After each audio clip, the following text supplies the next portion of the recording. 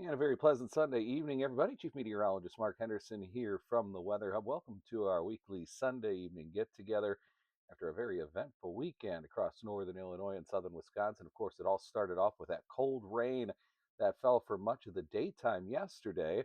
Then, come Saturday evening, that rain quickly changed over to snow. Officially, 1.2 inches came down at the Chicago Rockford International Airport.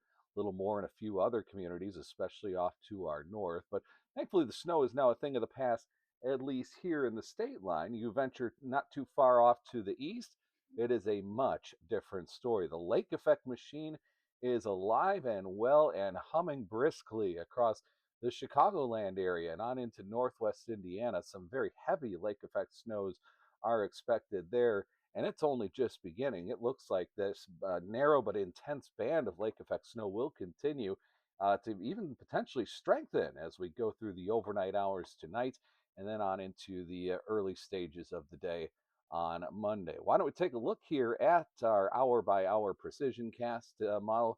Here's where things stand this evening with regard to the lake effect snow. Now, this is going to kind of wobble east and west here from time to time, and so this is not going to be a nonstop snow, but where it comes down, it is going to come down at 1 to 3 inches per hour, maybe as many as 4 inches per hour in spots. Obviously, when you see the darker blues, that's indicative of the heavier snow. And here's where the picture sets up at midnight tonight with that heavy snow working into the city of Chicago and maybe even into western portions of Cook County, Lake County, Illinois as well.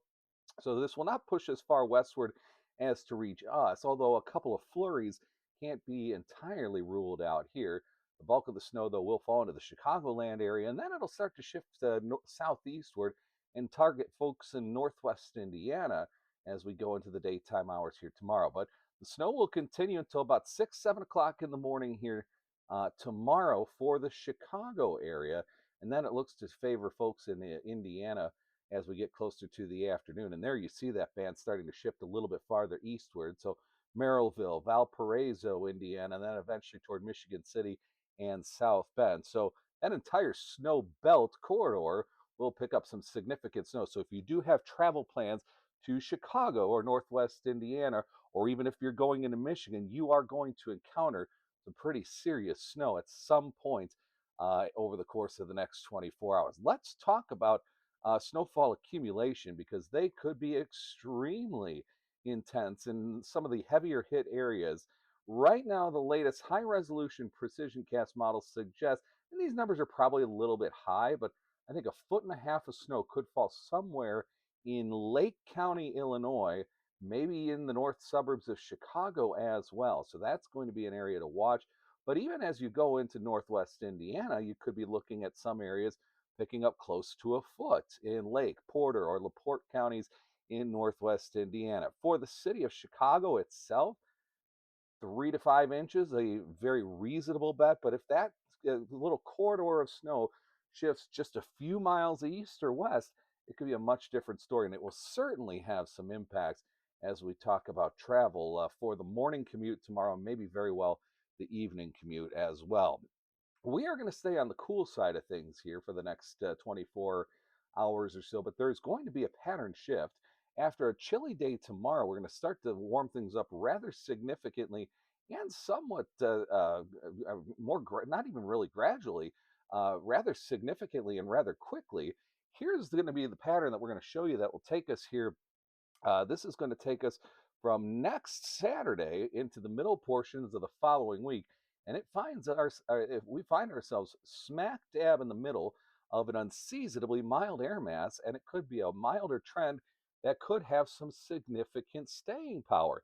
This takes us from the 17th of the month to the 23rd of November. So the wintry pattern that we've had here yesterday and today, and to some extent tomorrow, is going to lift in a significant way as we move forward in time. So let's take a look here at the 7-day forecast here, and that is let's update that here because we do have a brand new one. There is our 7-day forecast.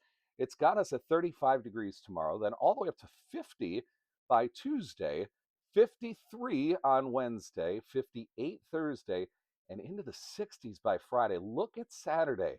Right now, the forecast for Saturday calls for a partly cloudy sky and a high temperature of 70 degrees. That is important and noteworthy because that would be a record. The record for Saturday's date is 69, and that was set back in 1990.